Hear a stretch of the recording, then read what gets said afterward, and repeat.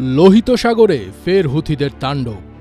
হুথিদের আতঙ্কে সেখান দিয়ে যেতে ভয়ে কাঁপছে পশ্চিমাদের জাহাজ। লোহিত সাগরে হুথি বিদ্রোহীদের হামলায় একটি পণ্যবাহী জাহাজ ডুবে গেছে। এ ঘটনায় ৬ জন নাবিককে জীবিত উদ্ধার করা হয়েছে, তবে আরও ১৫ জন এখনও নিখোঁজ রয়েছেন। ইরান সমর্থিত হুথি গোষ্ঠী জানিয়েছে তারা কিছু নাবিককে আটক করেছে।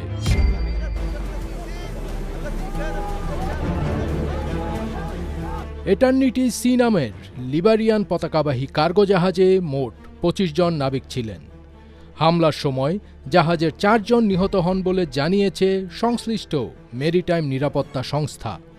বাকি নাবিকেরা জাহাজ পরিত্যাগ করেন। জাহাজটি গতকাল বুধবার সকালে ডুবে যায়। এর আগে পরপর ২ দিন হামলার শিকার হয়েছিল এই জাহাজটি। উদ্ধার হওয়া ৬ জন নাবিক সমুদ্রে ২৪ ঘন্টারও বেশি সময় ধরে ভেসেছিলেন। মার্কিন যুক্তরাষ্ট্র ইয়েমেনে নিযুক্ত তাদের মিশন থেকে হুথিদের অভিযুক্ত করে জানানো হয়েছে তারা জীবিত নাবিকদের অপহরণ করেছে এবং দ্রুত ও নিঃশর্ত মুক্তির দাবিও জানানো হয়েছে।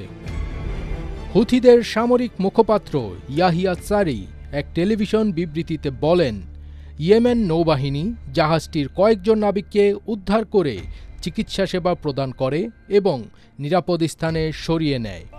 হুথিরা একটি ভিডিও প্রকাশ করেছে যেখানে এটার্নিটি সিতে হামলার দৃশ্য ও বিস্ফোরণের চিত্র দেখা যায়।